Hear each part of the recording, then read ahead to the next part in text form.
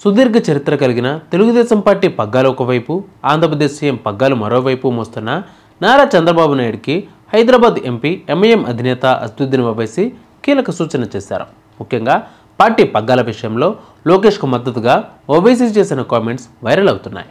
అలాగే ఎన్టీఆర్ విషయంలోనూ చంద్రబాబు వైఖరిని ఓవైసీ కుండబద్దలు కొట్టేశారు. ఏపీ సీఎం చంద్రబాబు, ఆయన కుమారుడు మంత్రి నారా లోకేష్ జూనియర్ ఎన్టీఆర్ను ఉద్దేశించి అసదుద్దీన్ ఓవైసీ కీలక వ్యాఖ్యలు చేశారు.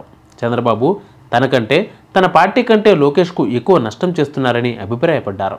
ఎలాగో తన తర్వాత కుమారుడు లోకేషే పార్టీ పగ్గాలు తీసుకుంటాడు కదా, జూనియర్ ఎన్టీఆర్ అయితే ఆ పదవికి పోటీ రాడు కదా అని ఓవైసీ వ్యాఖ్యానించారు. జూనియర్ ఎన్టీఆర్ను ఉద్దేశించి మాట్లాడుతున్నప్పుడు ఎంఐఎం శ్రేణులు ఉత్సాహంగా చప్పట్లు చెరుస్తూ ఉండగా ఆయన అంత పాపులరా అని ఓవైసీ వారిని ప్రశ్నించారు. చంద్రబాబు సుదీర్ఘ రాజకీయ అనుభవం ఉన్న నేత అని, గతంలో సీఎంగా 9 ఏళ్లు, విపక్ష నేతగా 10 ఏళ్లు పనిచేశారని గుర్తు చేశారు.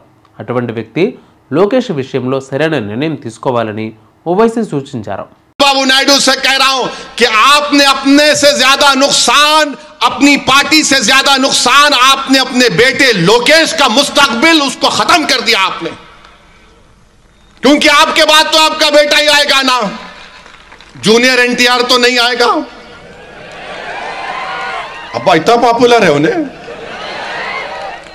मेरे को नहीं मालूम आता क्या उन्हें, आता क्या नहीं, न्यूज बनना ना, ये भी आप लोकेश को परेशान कर दिए।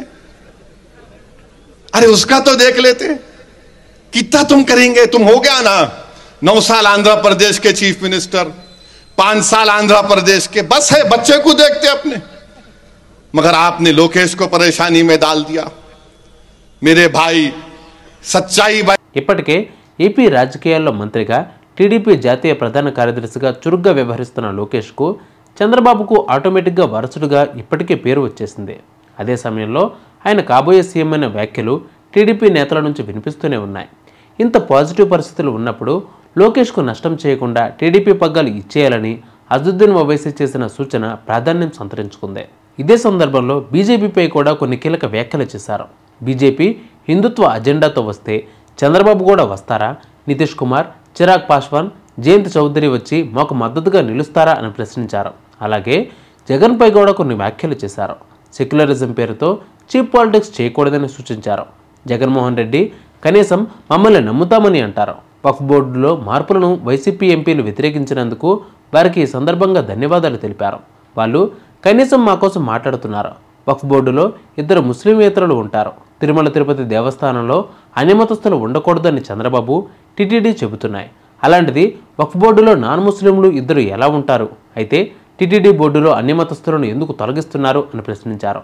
సెక్యులరిజం ఎక్కడి ఉందని అసదుద్దీన్ ఓవైసీ ప్రశ్నించారు. హిందూ ఆలయాలు, బోర్డుల్లో అన్యమతస్థులు ఉండరాదని చెప్పే మీరు వక్ఫ్ బోర్డులో మా దర్గా టీమ్స్లో ముస్లిమేతరులు ఎందుకు ఉండాలి? హిందువులకో న్యాయం, ముస్లింలకు ఇంకో న్యాయమా అని అసదుద్దీన్ ఓవైసీ ప్రశ్నించారు. అసదుద్దీన్ చేసిన వ్యాఖ్యల ప్రకారం తిరుమల తిరుపతి బోర్డులో కూడా అన్యమతస్థులు ఉండాలని ఆయన ప్రశ్నిస్తున్నారు. మరి మీరేమనుకుంటున్నారో కామెంట్ చేయండి.